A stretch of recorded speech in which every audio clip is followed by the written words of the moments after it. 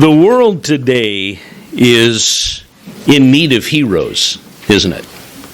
And honestly, there are no lack of options for heroes today. We've got Superman and Supergirl and Batman and Captain America and Iron Man and Wonder Woman and Spider-Man and another Spider-Man and then another Spider-Man. I mean, how many comic books, how many movies, how many shows have been made about all of these characters, and they've been watched by millions, by the chuckles from you, they've been watched by most of you or most of us as well. Millions of dollars have been spent on watching all of those heroes. And if fictional heroes aren't enough, you have the big names, the icons of music and sports and cinema that people just can't get enough of. In fact, it struck me, and honestly, this is beyond my ability to comprehend, but Taylor Swift was a bigger deal at the Super Bowl than the actual teams who played at the Super Bowl. That kind of escapes me. The sad thing is that in the midst of all the hype, the entertainment, the marketing, and all of that, I think the world is overlooking those who should be real heroes, those who were put in a position by God to be the anchors of families, the first, and we still have some chairs over here. You don't have to sit on the floor. We've got some chairs over here. Although the floor's comfortable too. But those that I think have been put in a position by God to be the first hero in our lives, our parents and our grandparents. And the opportunity, when you look at the world today, the opportunity is missed in so many ways. It is misunderstood, misapplied, misguided, misused, mistaken, and oftentimes just plain missing. That's not the way God intended families to be. And what I want to do, I titled this seminar, Heroic Masculinity. And I know there are probably a lot of you that saw the title, then they saw my name and thought, boy, those two do not go together. What I want to do in the seminar today is talk about one half of, I think, the real dynamic duo, moms and dads. Initially, I thought when the subject came up and I was talking with Mr. Foltz, and I thought I'd like to talk about what is real femininity and real masculinity, because it's so misunderstood in the world, and I very quickly realized you can't cover both in one seminar. Obviously, I'm not an expert in femininity. Maybe not much of an expert in masculinity either, but I'll give that one a shot. But I want to consider what I'm calling heroic masculinity. And I want us to think about it. What does that mean? How do we do it? All right? Guys in here, obviously, we have a vested interest in that. Younger guys, you're still growing up. What are you going to be like? What about the ladies? Why are the ladies here? Why does this have an impact on them? Well, many of you as moms and grandmas, you have an opportunity to help teach that as well. Not model it, hopefully, but the ability to teach that, to encourage that. The younger ladies in here, maybe this would help you have something that you can look for as well. I would imagine one day most of you hope to be married and have families of your own, so maybe this would be of help to you as well. So, what is heroic masculinity? Guys, we know we're not able to leap tall buildings with a single bound or burn holes in steel with by staring at it. We don't even have a cool mask to hide our identity, right? We're just us. We don't have the superpowers that our often portrayed as this is what a hero is, but we should have a number of things that are much more important than that. In a study done in 2021 by a trio of sociologists from Brigham Young University, this is something they wrote. They said, new research finds that the happiest and strongest women self-identify as feminine. All right? Maybe that sounds obvious to you. That's not a surprise to you. But one author made an interesting comment. He said, I always thought it took courage to reject cultural gender norms.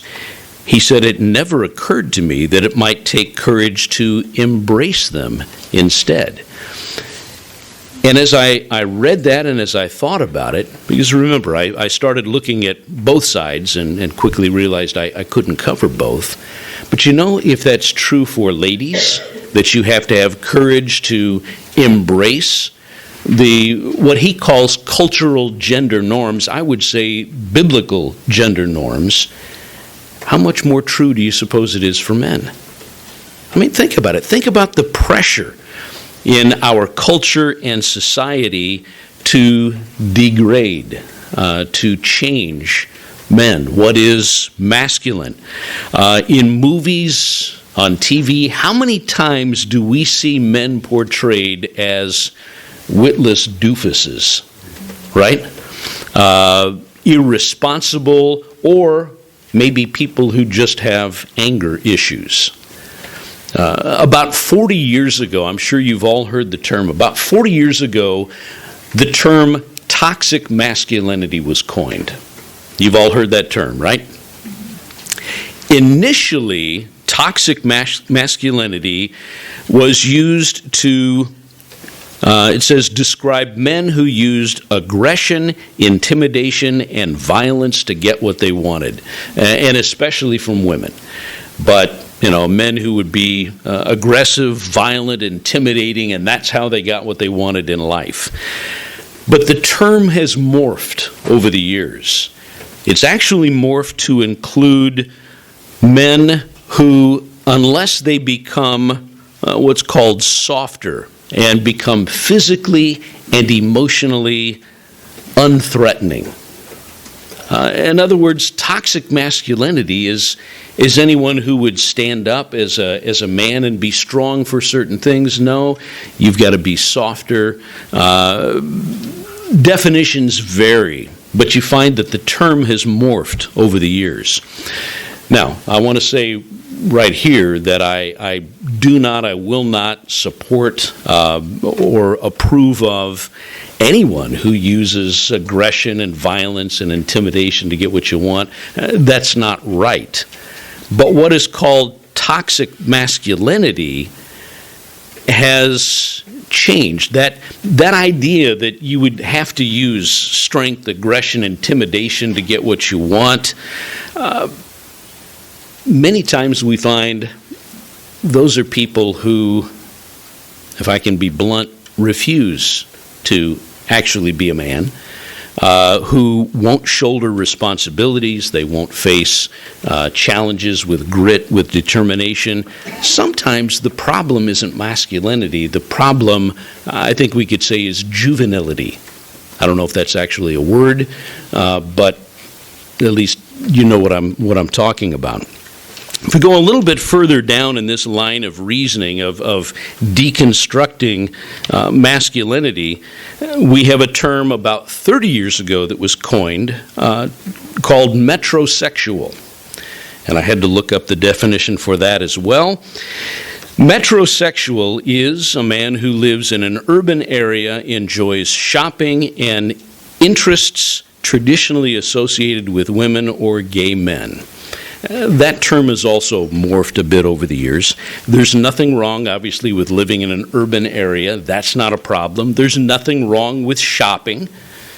I mean, Bass Pro, Atwoods, Lowe's, some of my favorite places to shop. But what's happening is a steady movement in culture and society to blend the differences between men and women as God created them, to blend them together and morph them rather than the way God designed it to be. In fact, as I was going through this and preparing this material, I see a direct correlation between the pressures on masculinity and the focus today, what's in the news so much today of gender bending or transgender. And I'm not going to spend any time on that subject other than to point out all of these things are a pressure designed to disguise and destroy the roles that God created for men and women to fulfill. God made them from the beginning male and female. There are different roles, different purposes, and if it's done well, it works very well, and it turns out to be a blessing for, I think, everyone. We are not here in this room or here in Branson this weekend. We're not going to change the course of our culture and society. And I have no delusions that one seminar is going to change the course of anything. But maybe it'll give us something to think about. Benjamin Passini is a teacher. He was a school administrator, both in Baltimore and also in Washington, D.C. He's an author who's written quite a bit on a variety of social issues. But he wrote something that was profound. I want to give you just a little quote. He uses the term heroic masculinity, which is the same term I used for the title of this seminar.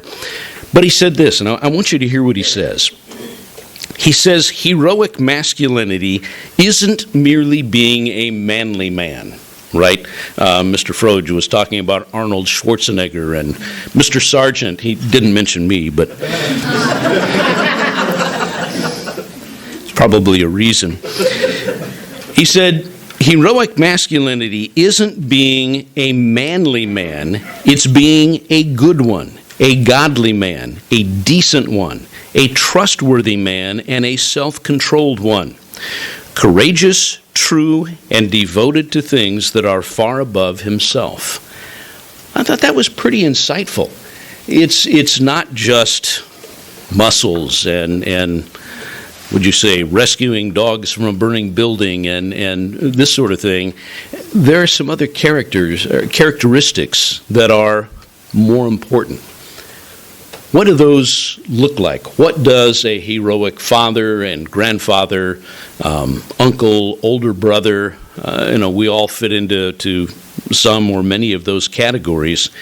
What does it look like? What exactly does he do?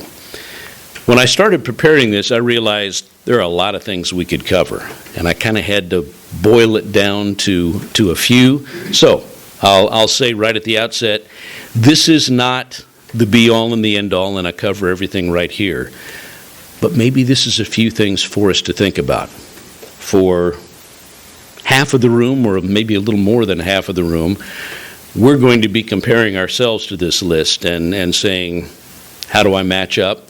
We'll probably find areas where we don't fully match up. For the other, maybe not quite half the room, you'll be looking at how can I help and encourage maybe my sons, grandsons, husband, other, how can I encourage and help them to fulfill this? Or maybe these are some things I need to look for in the future, maybe far into the future for some of you, when your parents would like it to be a little further into the future, but when you get to the point of wanting to be married and start your own family.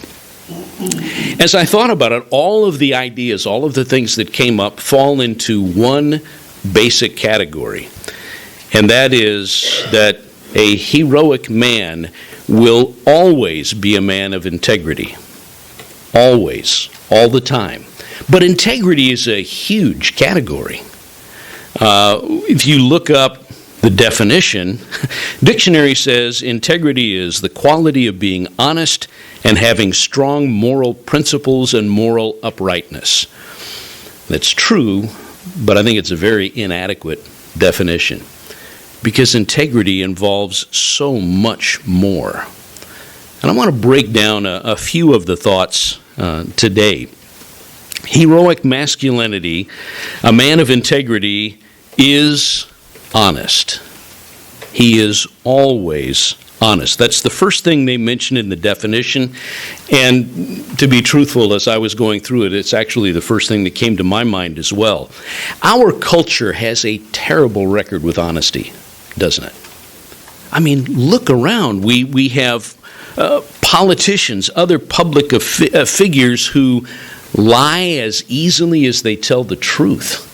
The talking heads on whatever news station you happen to turn on constantly debate whether what he said or she said, whether it's true, whether it's a lie, where is the truth. We actually have to spend a lot of time trying to figure out where is the truth. What is the truth of what's going on? A study done by the University of Massachusetts, this was shocking. Study done by the University of Massachusetts found 60% of people can't go 10 minutes without telling a lie. Think about that. 60% of people can't go 10 minutes without telling a lie. Now, I suppose many of them are very small. Was talking with my youngest son. He's got applications out. He's looking for another job, and he told me, he said, the HR people that receive applications, they already know that a large percentage of everything that comes in on applications is not the truth. And I asked him, the reason it came up, I asked him about references. Who do you put down as references? He said, Dad, nobody asks for those anymore. Really? Why not? He said, well, if you're going to lie on your resume, you're going to lie on your work history, why would you put down a reference who wouldn't also lie for you? You know, oh yeah, he's great. I don't know what he's great at, but you know, the point is, the whole hiring process comes at it from the perspective that much of what I'm told isn't the truth. What kind of a world is that? What kind of a perspective is that? But what kind of pressure does that put on us to kind of go against the norm, to stand up and be honest? Look at Psalms chapter 101. Psalms 101,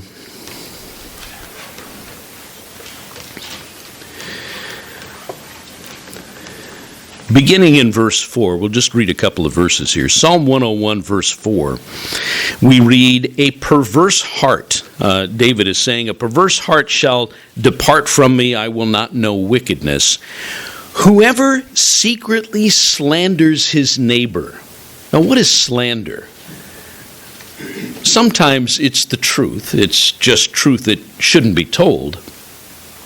But many times it's truth that's maybe added to, fabrications, or maybe it's a complete fabrication. He who slanders his neighbor I will destroy. The one who has a haughty look and a proud heart, him I will not endure. My eyes shall be on the faithful of the land, that they may dwell with me. He who walks in a perfect way, he shall serve me. Obviously, David is writing this, but these are God's thoughts. God said, I don't want men who are slanderers, since we're talking to men. Obviously, he doesn't want women who are slanderers either. But he doesn't want men who are slanderers. He wants people who are faithful.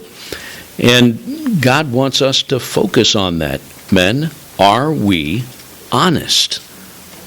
Are we honest in what we say and what we do? Look at Matthew chapter 15.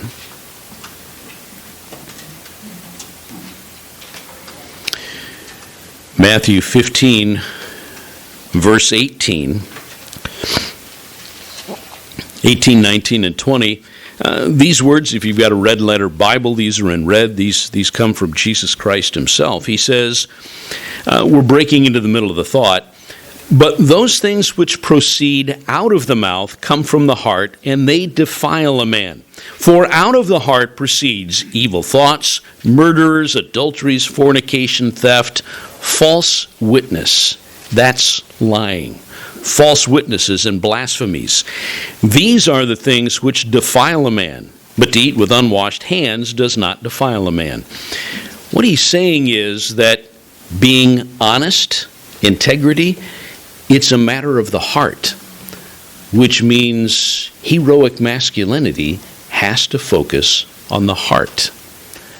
Are we deliberately honest? Sometimes we may say something that isn't true. Maybe we didn't know it wasn't true. We were presenting, this is what I heard, and you find out later you were wrong. But that's different from the guy who deliberately lies on the job application and the resume and lies about everything. The 60% of people who can't go 10 minutes without lying. How much does honesty describe me? How about you? Ladies, girls who are looking into the future at getting married one day, how important is it going to be to you to marry a man who is always honest? Put that one really high at the top of your list.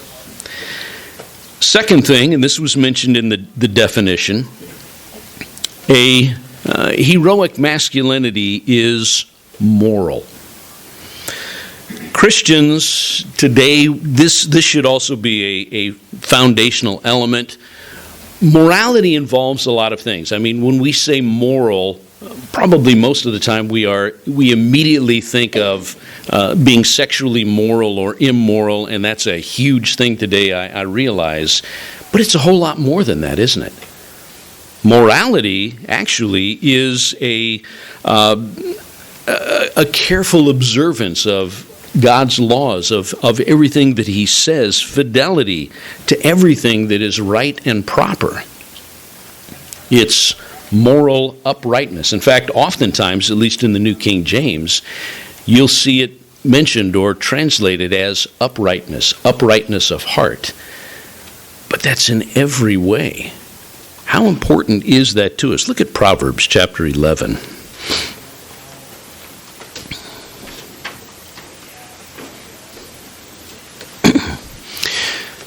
Solomon is writing about really morality throughout this. He starts out the chapter, dishonest scales are an abomination to the Lord. That's lying, that's cheating, that's deceit. When pride comes, then comes shame, but with the humble is wisdom. Verse 3, the integrity of the upright. Remember I said upright, and uprightness is what is often referred to as, or what morality is often referred to as. The integrity of the upright will guide them, but the perversity of the unfaithful will destroy them. If you skip down to verse 6, the righteousness of the upright will deliver them, but the unfaithful will be caught by their lust. Solomon over and over again points out how important it is for us to be upright people. Fellas, for us to be upright men who have that integrity, who have the morality to do what's right and what's right before God. And that's sometimes hard because we're going against the pressure, the flood of the world around us. And that's going to involve a couple of other things that are important as well. The third point that I want to talk about, heroic masculinity accepts responsibility. It's important. Part of the work ethic of a real man. He's given a job to do, and he does it. But it has to be a habit. It has to be something we start and build on and continue. Honestly, it should start at home. We're given, as kids, we're given chores to do at home, and it proceeds to school. You know, there's a time period where your job is school. Your job is to learn, to study, hopefully to come out better prepared to face the world, but you have to accept responsibility for your schoolwork, right? The papers you have to write, the tests you have to take, the jobs, the assignments you have to do, because it very quickly progresses. All right? Young people, How many of you one day want to own a car? All right, you don't have a car yet. How many of you want to own a car? You ever want one? No? No problem. They make Uber for that very reason. All right? When I was 16 years old, the love of my life had 4 wheels and a V8. All right? That was what I wanted. She was a beauty. Gray 1967 Plymouth. When I bought her, someone had hit one side and it was dented in. Shortly after I bought her, somebody hit the other side, so now she had an hourglass figure.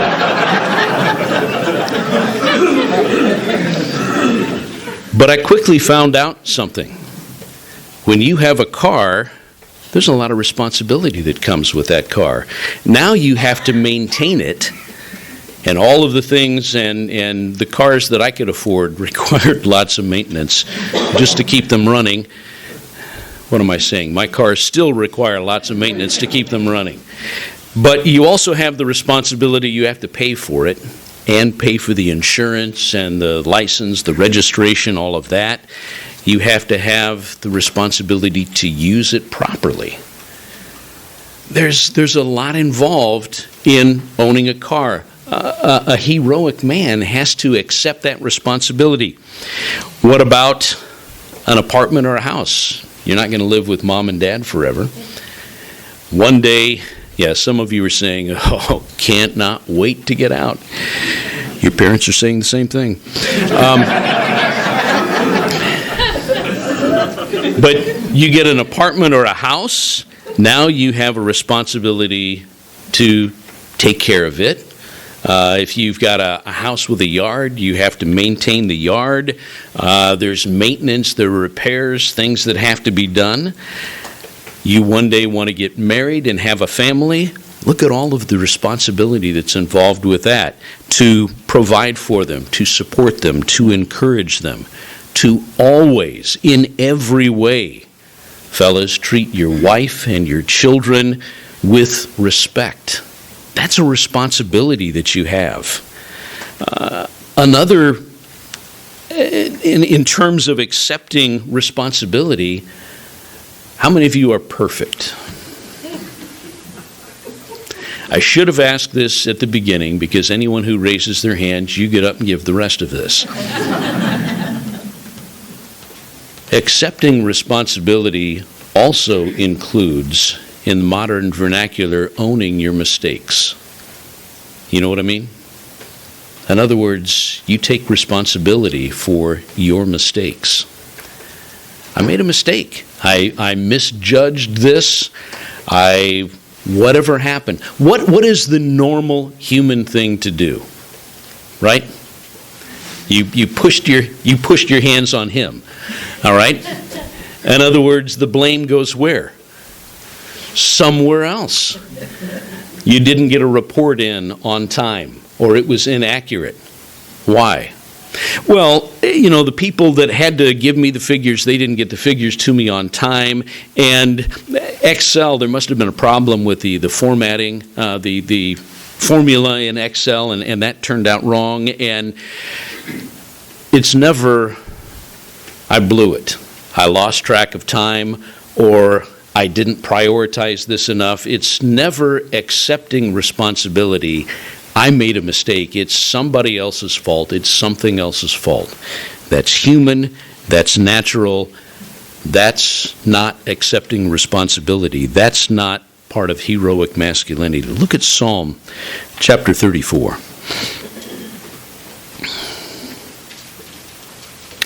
Psalm chapter 34, verse 15. I'm going to read this to you out of the Amplified Bible. They have it translated this way: the eyes of the Lord are toward the righteous, and they inserted a parenthetical phrase. It says, those with moral courage and spiritual integrity, and his ears are open to their cry. Heroic masculinity accepts responsibility, has moral courage and spiritual integrity, and we have to learn to do that. So many ways that applies.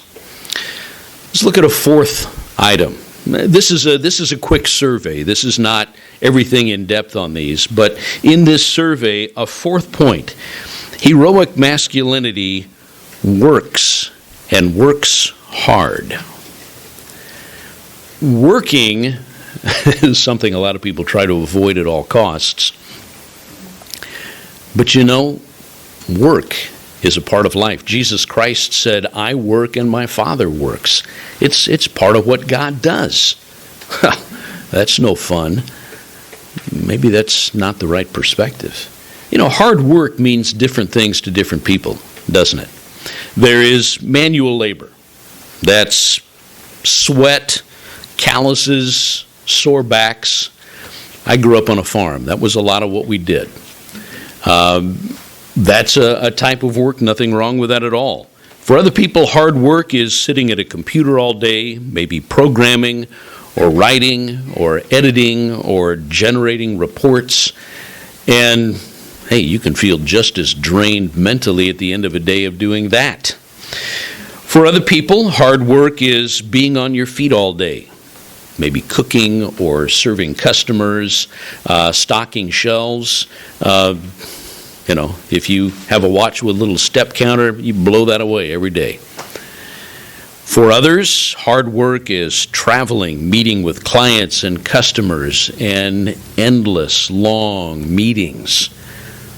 But whatever type of work it is, it's something that a man does. He accepts. It's part of who he is. Look at Proverbs 6.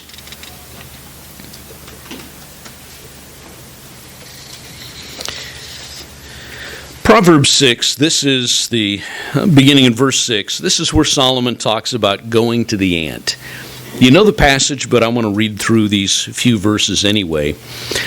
Proverbs 6, verse 6, Solomon says, "Go to the ant, you sluggard. Consider her ways and be wise, which, having no captain, overseer, or ruler, provides her supplies in the summer, gathers her food in the harvest. How long will you slumber, O sluggard? When will you rise from your sleep? A little sleep, a little slumber, a little folding of the hands to sleep. And so shall your poverty come on you like a prowler, and your need like an armed man." We have to be people, we have to be men who work, who accept that responsibility and do something with it. Now, here's a question that I've been asked. Where do you get the motivation to do these things? It's hard. Maybe it's boring. You're out there and you just, I've been out there with a giant pile of wood that all needs to be split. It wasn't until a few years ago I finally bought a hydraulic wood splitter. Wish I'd have bought one of those things 50 years ago. All right, I'd have been a little boy at that point, but it still would have been nice. Because we did it all with a 10-pound maul and wedges. Oh, wow. And you're staring at that pile of wood, and it gets overwhelming. How do you do it? How do you split that whole pile of wood? One piece at a time. You just start at it, you keep going. Where do you get the motivation to do that? Ultimately, it has to be here. And I don't care what it is, whether it's a report, whether it's a term paper, whether it's a job at home. I remember my mother sending me to my room and telling me I couldn't leave. I couldn't have dinner until my room was clean. Oh, what an overwhelming task that looked like. The easiest thing to do was quietly slide the toys over into my sister's room. But that didn't work. Where does the motivation come from to do that? I'll tell you something. There is no external motivation. There is no reward system. There is no nothing outside of you that is going to give you the motivation to consistently do these things. You have to decide it. It has to come from in here. You just have to decide that's what you're going to do. And you do it one chunk of wood at a time. one toy at a time, whatever the task is, one step at a time. It has to be what you are, what you want to become. And it always pays off in the end. Which leads into the fifth point that I have for you. Heroic masculinity has courage. All right? There is the kind of courage like David had, where he fought a lion and a bear to protect his flock when he stood up against a 9-foot-tall Philistine with a spear. He said it was the handle was like a weaver's part of a weaver's loom. There is that kind of courage. Most of us don't have to face 9-foot-tall giants, and we don't have to fight down lions and bears in an epic feat of courage. Maybe we'd like to think we could, but probably not. But there's an awful lot of courage that's required in different ways. How many of you have ever had to talk with a boss about the Sabbath or holy days? You ever had to do that? That's easy, right? You just walk in, you tell him, listen, sir, this is what I've got to do. Just need these days off. Thank you very much. How many of you have ever lost a job over the Sabbath or holy days? Yep. And another job over the Sabbath or holy days. Right? Long before I ever worked for the church, I let my boss know I was taking time off for the feast. And as soon as I returned, he told me I had 10 minutes to turn in my keys, clean out my desk, and be off the property. That was fun. And then while I was looking for work, I lost 2 other potential jobs that were ready to hire me because of the Sabbath. The interesting thing is, neither one of them worked on Saturday, but they didn't want a Sabbath keeper as a part of their crew or their office. And then I was hired by the church, and I thought, won't have to worry about that again. And then 1995 happened, and many of you here know exactly what happened then. All right, how much courage does it take to stand up sometimes for what you believe? What about disciplining a child? Those of you who don't have children yet will not understand. I remember my mother on one occasion when she was about to smack my little rear end for something, probably unjust, I'm sure. But I remember her saying, this is going to hurt me more than it hurts you. And by the time she was done, I sincerely doubted that. Until the day came that I had to discipline my own little ones. Oh, that was hard. And yet, you know it has to be. One author wrote something interesting I want to share with you. He said, by disciplining his children, now he's talking to fathers, he said, by disciplining his children, a father may make things harder in order to make your life easier. I thought, that's interesting. Should have told my kids that a long time ago. He says, the values and qualities you learn through discipline will shape the quality of your life for years to come. All right, we know that as parents. Our kids don't see it. They don't understand. How can we be so dull? How can we be so out of touch? And yet, folks, we've all been around the block a few times. We've seen these things before. But how much courage does it take sometimes to discipline your children when you know it's going to result in tears and frustration and whatever? And yeah, it really does hurt you sometimes more than it hurts them. But you know that if you make things hard in order to make their lives easier, there's going to be a good result. You just have to keep your mind on the end result. Courage. What about tithing? That's an issue, let's face it, many people still struggle with. How do I tithe when it doesn't look like there's going to be enough to go around, even without paying a tithe? Malachi 3:10 tells us to challenge God, to try him, and see if he won't pour out blessings for us if we obey. Do you have the courage to do that? Do I have the courage to do that? That's tough.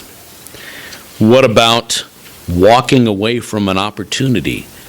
Maybe a job opportunity, an investment opportunity, whatever, that might be really, really good because it wouldn't be best for my family.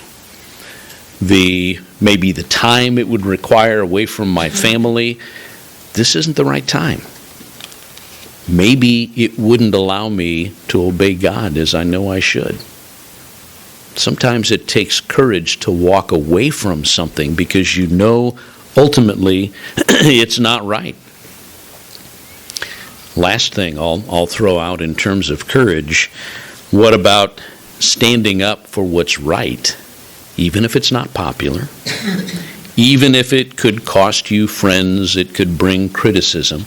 I mean, obviously we stand up for the truth. We need to. That's what God has called us to do. But there are other opportunities that come up in life where we need to make a decision to stand up for what's right. It's not based on emotion. It's not just based on a gut feeling that, this is my cause, but reasoned, understanding what's right and standing up for what's right.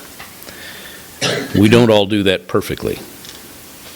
Maybe we evaluate it and we wonder, do I really do it at all?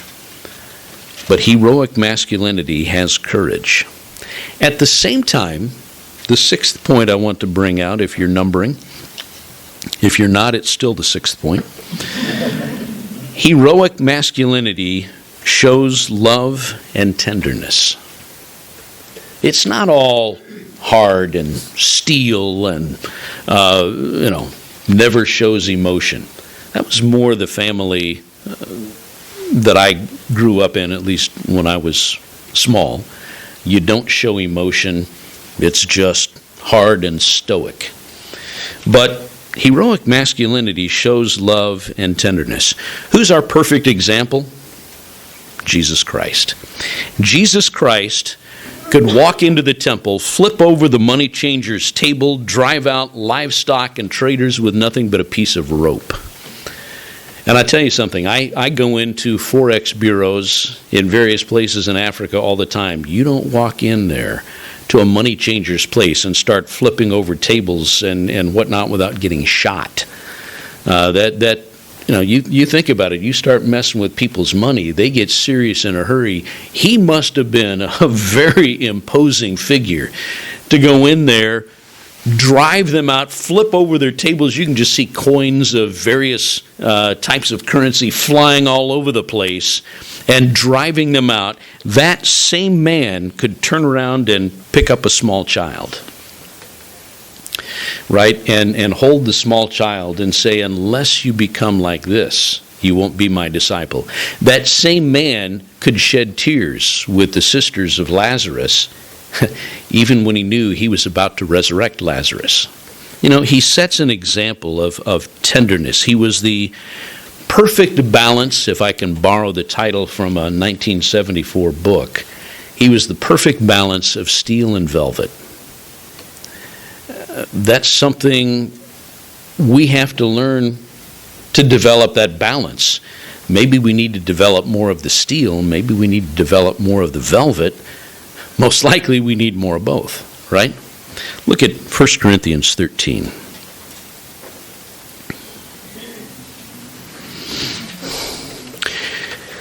This is, of course, the love chapter.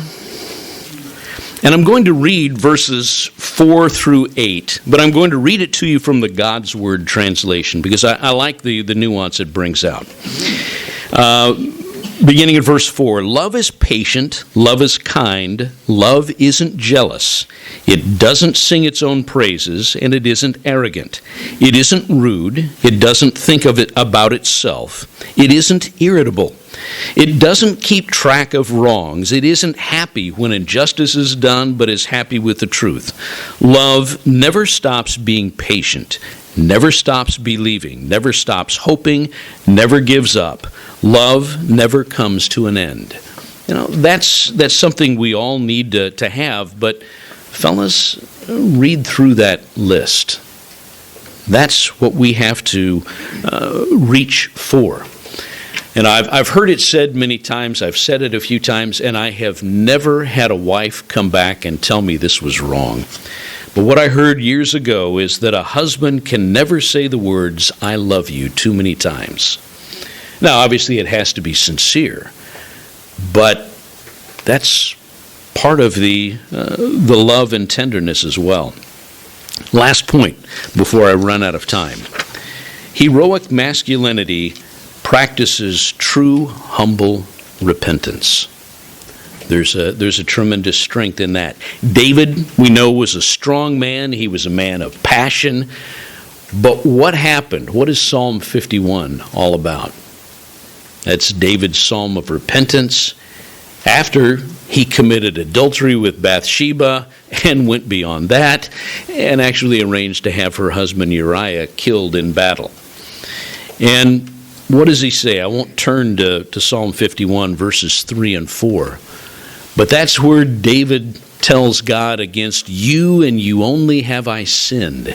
He doesn't blame anybody else. Well, if she hadn't been taking a bath on the roof, if she hadn't, she was immodest up there, obviously. She has part of the blame. Yeah, well, David, you were up there with a pair of binoculars. That doesn't help. You don't find David blaming anybody else, pointing the finger anywhere else. He says to God, "Against you and you only have I sinned." He accepted responsibility. That's one of the things we talked about. He didn't make excuses, but he humbly repented. The ability to say, "I'm sorry," the ability to say, "I'm wrong," is hard to do, but it's very important.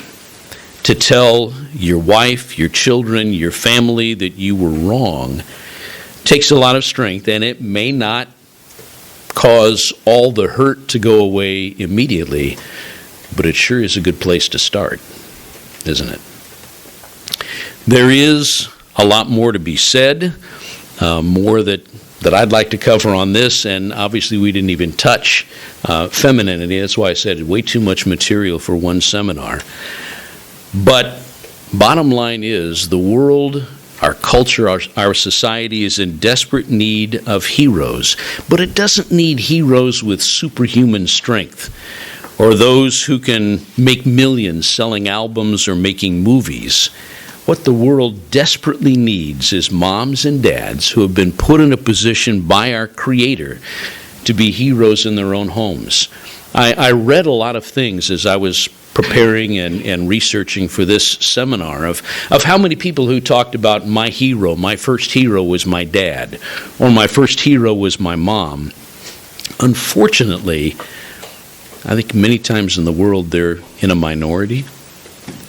I hope that's not true among this group. I hope that's not true among the Church of God, because fathers, grandfathers, uncles, older brothers, we all have the opportunity to fill that role of a hero, about heroic masculinity.